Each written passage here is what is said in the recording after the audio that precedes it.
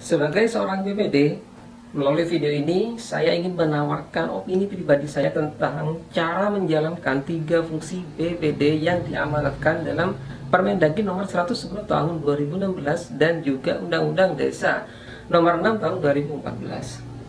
Adapun 3 fungsi BPD tersebut yaitu pertama, membahas dan menyepakati rancangan peraturan desa bersama kepala desa. Yang kedua, menampung dan menyalurkan aspirasi masyarakat desa. Dan yang ketiga, melakukan pengawasan kinerja kepala desa. Itulah 3 fungsi BPD dalam undang-undang. Memang sekilas tampak ringan dan mudah, tapi pada praktiknya tentu tidak semudah yang dibayangkan. Walau begitu, saya yakin dan husnudzon bahwa teman-teman BPD sekalian di seluruh tanah air, baik yang baru dilantik atau yang sudah lama, pasti sudah paham tentang fungsi-fungsi tersebut. Semoga kita bisa menjalankan amanah ini dengan sebaik-baiknya.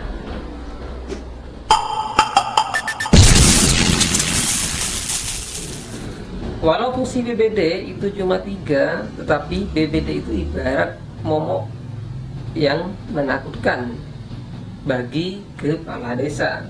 Ya, BPD itu kerap dianggap hantu menakutkan bagi kepala desa. Alasannya hanya satu, yaitu terletak pada fungsi yang nomor 3. Dengan catatan, apabila BPD benar-benar komitmen dan berani menjalankan amanah undang-undang tersebut, dan juga apabila pihak pemerintah di tingkat atas mendukung terhadap kinerja BPD. Kenapa? Karena menurut opini saya pribadi, mungkin teman-teman berbeda pendapat. Fungsi yang nomor 3 itu bisa menjadi alat atau cara ampuh menyelamatkan dana desa dari penyelewengan seperti korupsi atau ada istilah kelebihan bayar atau pungli dan sebagainya. Oke, agar tidak berkepanjangan dan menyerempet kemana-mana, kita langsung masuk pada inti pembahasan saja, yaitu cara menjalankan 3 fungsi BPD menurut opini saya pribadi. Sekali lagi, ini adalah opini saya pribadi sebagai BPD. Jika dirasa keliru atau tidak tepat atau tidak sependapat, ya mohon maaf. Jika dirasa ada benarnya, semoga bisa bermanfaat.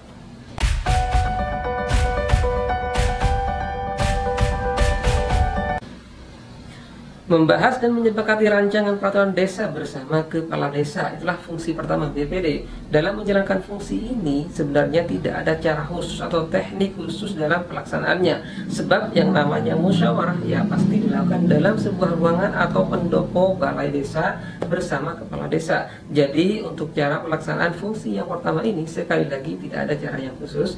Dalam musyawarah ini khususnya musyawarah tentang RKPDes, Musrembangdes dan Musdes penetapan RAPBDes, BPD akan diundang oleh kepala desa untuk membahas dan menyepakati rancangan peraturan desa yang akan dibuat.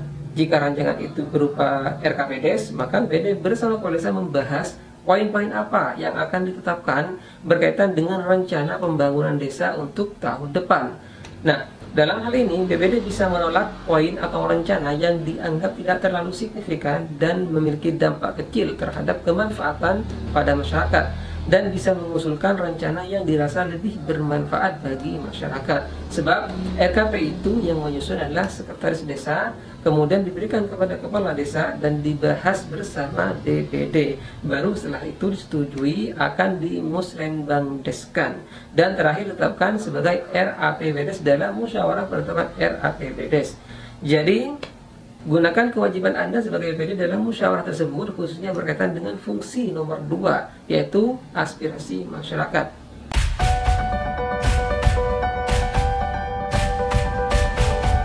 Menampung dan menyalurkan aspirasi masyarakat adalah fungsi kedua BPD. Lantas bagaimana cara menjalankannya? Nah, untuk fungsi yang kedua ini, saya pribadi memiliki beberapa inisiatif dan ide dalam pelaksanaan teknisnya di lapangan. Sekali lagi, ini opini pribadi, boleh setuju dan boleh ditolak.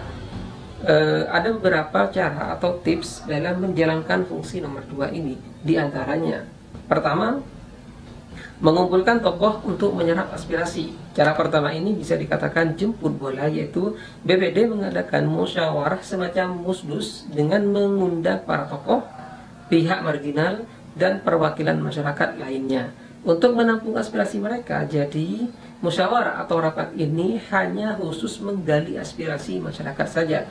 Setelah itu baru ditampung dalam daftar aspirasi masyarakat BPD untuk dibahas di internal BPD dan hasilnya bisa diajukan kepada kepala desa agar dimasukkan dalam rencana pembangunan periode selanjutnya. Yang kedua, door to door. Cara kedua ini masih disebut jemput bola, yaitu dengan mengunjungi langsung masyarakat secara door to door. Cara ini tentu cukup menyita waktu, biaya, dan juga tenaga, tetapi hasilnya insya Allah akan lebih mewakili suara mayoritas masyarakat dibandingkan cara yang pertama tadi. Kenapa? Karena dengan pergi ke setiap rumah untuk menggali aspirasi, BPD bisa mengetahui apa yang menjadi keluh kesah, menjadi kebutuhan, dan juga yang menjadi aspirasi masyarakat desa. Walau terasa berat, cara ini akan menjadi mudah jika Anda benar-benar mengabdi kepada rakyat. Ketiga, membuat grup WA. Kita sudah zamannya internet ya, untuk berkomunikasi dengan banyak orang sudah ada yang namanya WA atau WhatsApp. Nah, kecanggihan teknologi ini bisa dimanfaatkan oleh BPD untuk menggali aspirasi masyarakat, yaitu dengan membuat grup WA atau membagikan nomor kontak WA kepada masyarakat. Bisa melalui pamflet, selebaran, kartu nama, atau semacamnya. Nah, dengan begitu masyarakat yang memiliki aspirasi bisa langsung menghubungi BPD via WA. Yang keempat, melibatkan RT RW. Walaupun RT RW itu bawahannya kepala desa, tapi BPD juga bisa melibatkan RT RW dalam serap gali aspirasi masyarakat. Caranya dengan mencari tahu kepada masing-masing RT RW tentang apa kira-kira yang menjadi keluhan, kebutuhan, dan aspirasi masyarakat di RT RW tersebut.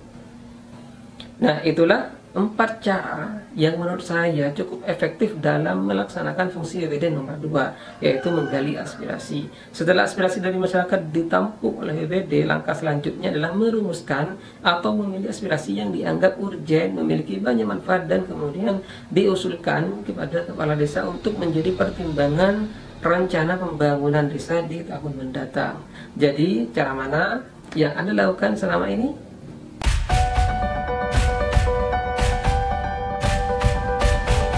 Fungsi ketiga yaitu melakukan pengawasan terhadap kinerja kepala desa. Nah, dari 3 fungsi BPD, fungsi nomor 3 inilah yang menimbulkan polemik dalam pelaksanaannya, khususnya terkait pengawasan proyek desa.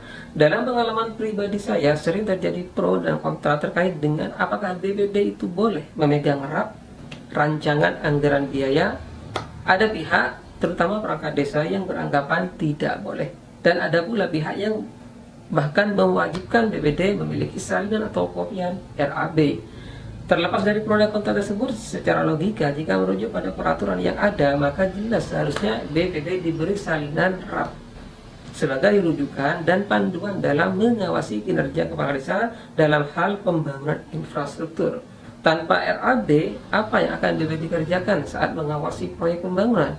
Apakah BPD itu disuruh datang ke lokasi proyek kemudian disuruh mengukur panjang kali lebar untuk memastikan kesesuaiannya dengan papan proyek yang ada?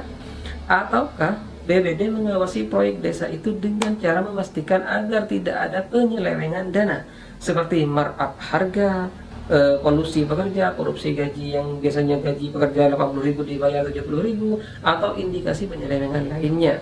Tentu saja untuk yang kedua ini BPD perlu yang namanya RAP. Jadi terkait cara melakukan pengawasan kinerja kepala desa ini, khususnya di bidang pembangunan infrastruktur yang menghabiskan sebagian besar dana desa, saya pribadi belum bisa menemukan cara yang pas, mengingat masih timbul pro dan kontra terkait dengan RAB tadi. Saya berharap pemerintah bisa memberikan ketegasan terkait masalah ini, karena fungsi yang nomor 3 ini bersifat umum, di mana pengawasan proyek pembangunan hingga ke RAB-nya bisa masuk dalam fungsi tersebut. Itulah sekilas info yang bisa saya sampaikan di video ini. Sekali lagi, itu adalah opini pribadi saya tentang cara pelaksanaan 3 fungsi BPD dalam Permendagri nomor 110 tahun 2016 dan Undang-Undang nomor 6 tahun 2014. Apabila ada pendapat lain yang berbeda, bisa tulis di kolom komentar sebagai inspirasi kita bersama. Wassalamualaikum warahmatullahi wabarakatuh.